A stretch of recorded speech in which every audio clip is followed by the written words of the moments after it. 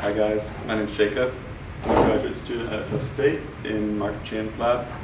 My research focuses on Saccharomyces cerevisiae, but you guys might know it as budding yeast, or baking yeast, or brewer's yeast. You might be familiar with baking or brewer's yeast in the context of science because you may have heard about fermentation.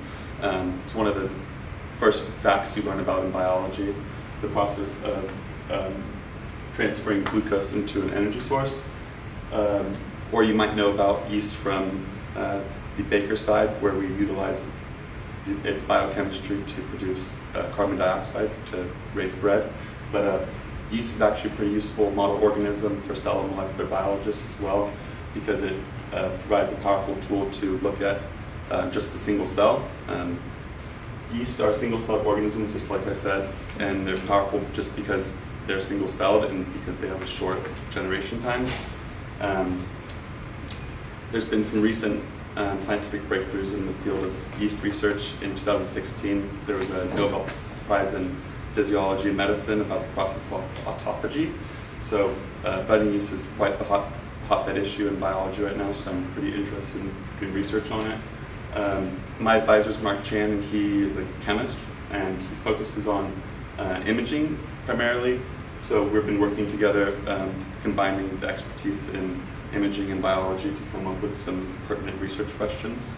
The research question I'm addressing first is going to be the metabolism of yeast.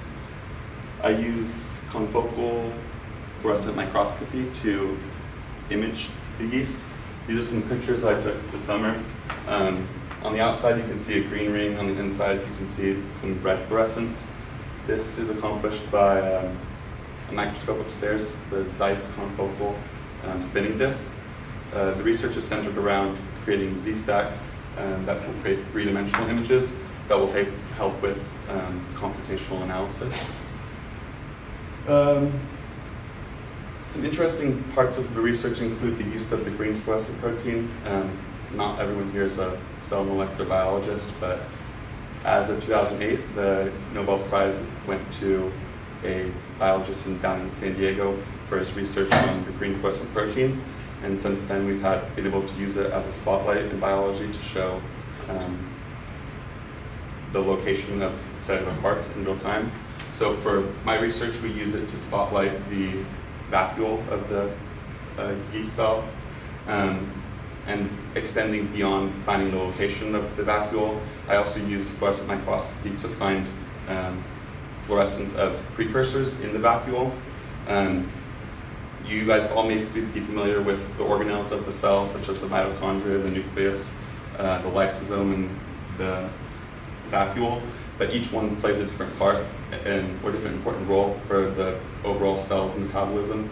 So my research is centered around the idea that we can use fluorescent microscopy to analyze the amount of metabolism that's occurring in the yeast at any given time.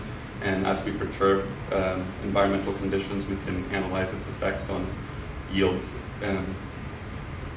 My advisor had used some very fancy math to create three-dimensional renders of the one-dimensional planes that we get from these images. Here you can see computational analysis.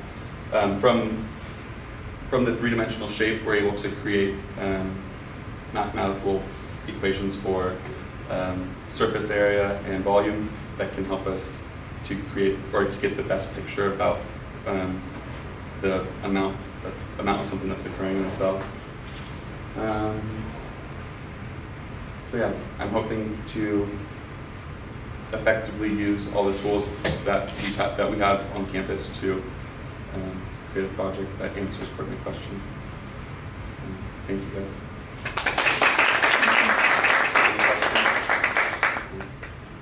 Thank you guys.